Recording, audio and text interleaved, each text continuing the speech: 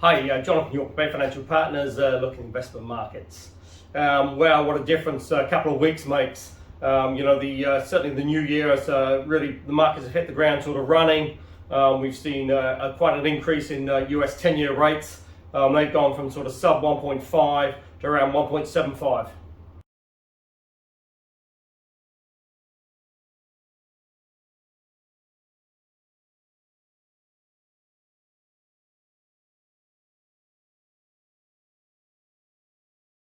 Now that's on the back of a major sort of turnaround for the Fed now, and sort of talking that the inflation is no longer transitory. Looks like it might be a little bit more sticky, and some of the major US investment banks are now talking about potentially 4 interest rate hikes this year.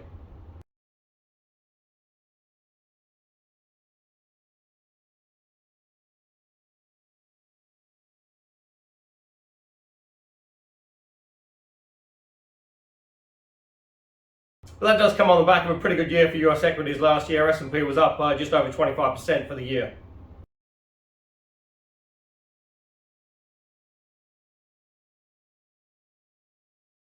However, COVID is still biting back pretty hard. Recently, you just had over 2 million new cases of the Omicron variant in the US, and so, certainly it's impacting the US economy.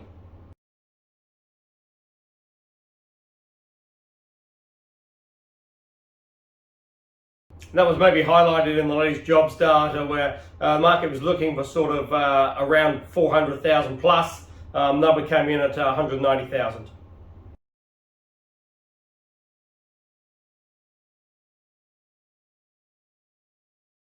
Very interesting, some comments from Jamie Dimon, CEO of JP Morgan. He's sort of predicting that potentially you've got some pretty good economic growth over the next sort of couple of years. You've got a very resilient and strong consumer base that potentially has around $2 trillion in savings sort of pent up, ready to spend.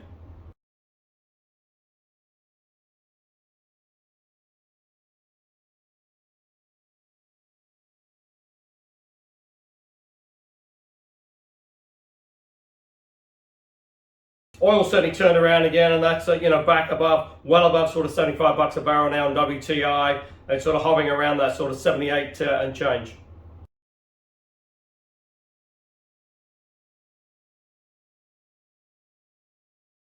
Now the UK has been hit pretty hard with Omicron as well, and it's just going to be very interesting to see how it does sort of play through. Potentially it looks like it might be starting to sort of peak and starting to come down. Certainly hospitalizations are sort of increasing a little bit, but at present the health system is coping.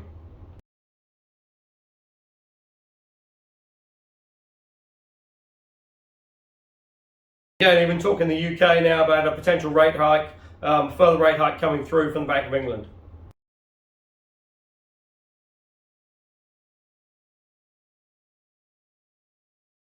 Although Boris Johnson and his government's facing fresh criticism after it now transpires that Boris Johnson had a meeting during the lockdown with about 100 people.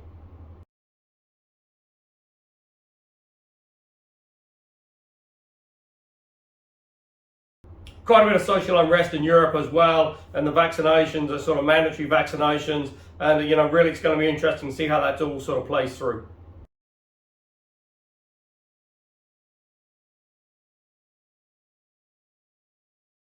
But just sort of creeping through almost undetected in the Eurozone is the German Bund rate. That is back now to very close to zero, having been around sort of negative 0.3, negative 0.4.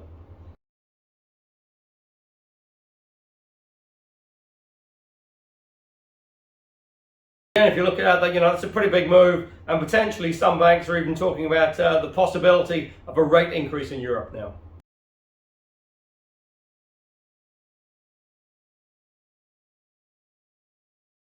At home in Australia, it's been really hit pretty hard with the Omicron, especially in Victoria and New South Wales.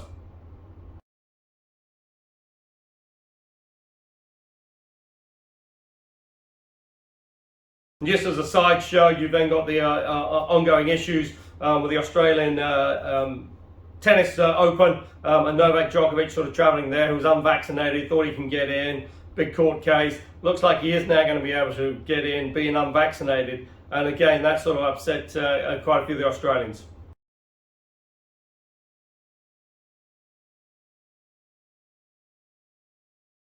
Potentially, Australia does have quite a bit of pent-up demand out there. Certainly, the sort of stock market was a pretty much a laggard last year, given the huge lockdowns you saw in New South Wales and Victoria. And it's just going to be very interesting to see how it sort of plays through. Because certainly, again, cases appear to be sort of starting to plateau a little bit, as has been the case in the rest of the world.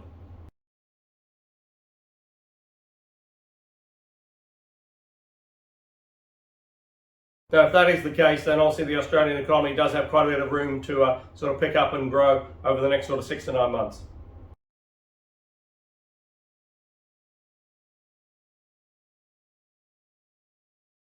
Now, here in New Zealand, stock market last year was very much a sort of weak performer, was sort of pretty flat for the year, just showing a small negative return.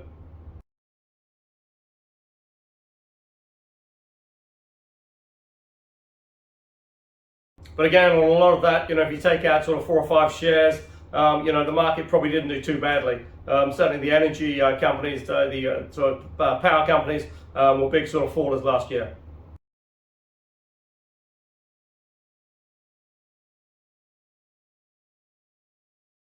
Now, so far, New Zealand has managed to avoid the Omicron getting out in the community. Certainly plenty of cases at the border, but as yet it hasn't sort of gone into the community and really just sort of really holding its breath, because it's probably a case of when, not if.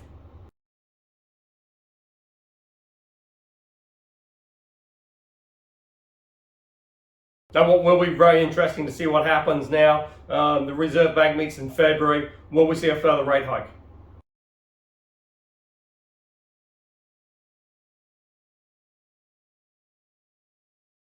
Because certainly while house prices are still nudging up, again, the rate of increase seems to be falling quite dramatically.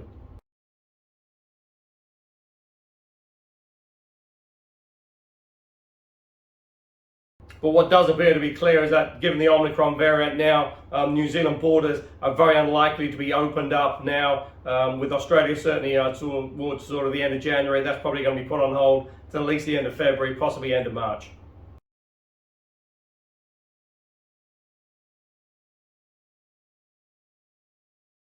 Now, certainly that does have an impact on the New Zealand economy, because certainly tourism and hospitality will be hoping that it does sort of improve and really does start to open up after the end of March.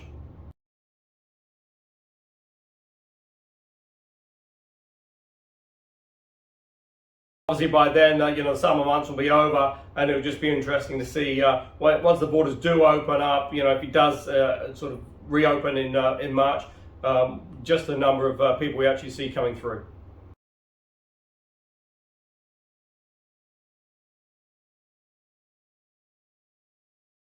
So it's still pretty tough out there for income investors, and if you are interested in discussing what is available, go to the website www.bayfinancialpartners.co.nz for lots of interesting articles, and we'll look forward to speaking to you soon.